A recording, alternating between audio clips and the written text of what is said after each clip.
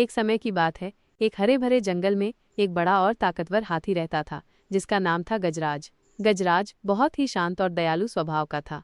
उसी जंगल में एक फुर्तीला और तेज घोड़ा भी रहता था, जिसका नाम था पवन। पवन अपनी गति और उत्साह के लिए जाना जाता था।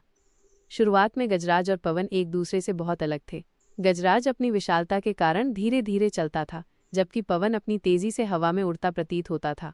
लेकिन एक दिन जंगल में भयानक आग लग गई। आग तेजी से फैल रही थी और सभी जानवर घबराए हुए थे।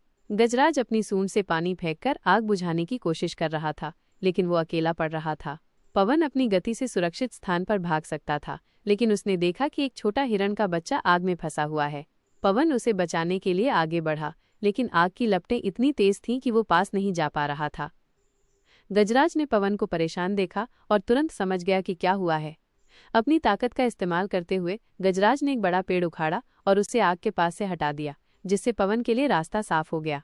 पवन तेजी से गया और हिरण के बच्चे को सुरक्षित बाहर ले आया। इस घटना के बाद गजराज और पवन की दोस्ती हो गई। उन्होंने सीखा कि भले ही वे अलग दिखते हों और उनकी क्षमताएं अलग हों, लेकिन एक दूसरे की मदद करके वे किसी भी मुश्किल का सामना कर सकते हैं। गजराज अपनी ताकत से बड़े काम करता था, जैसे भारी चीजें हटाना या रास्ता बनाना, और पवन अपनी तेजी से संदेश पहुंचाता था या जरूरत पड़ने पर जल्दी से मदद लाता था। जंगल के बाकी जानवरों ने भी उनसे प्रेरणा ली। उन्होंने देखा कि दोस्ती और सहयोग से किसी भी चुनौती को पार किया जा सकता है। गजराज और पवन की दोस्ती पूरे जंगल में एक मिसाल बन गई, यह दिखाते हुए कि विविधता में भी कितनी शक्ति होती है। ये कहानी हमें सिखाती है कि हमारी अलग अलग क्षमताएं हमें कमजोर नहीं, बल्कि और भी ताकतवर बनाती हैं, खासकर जब हम एक साथ मिलकर काम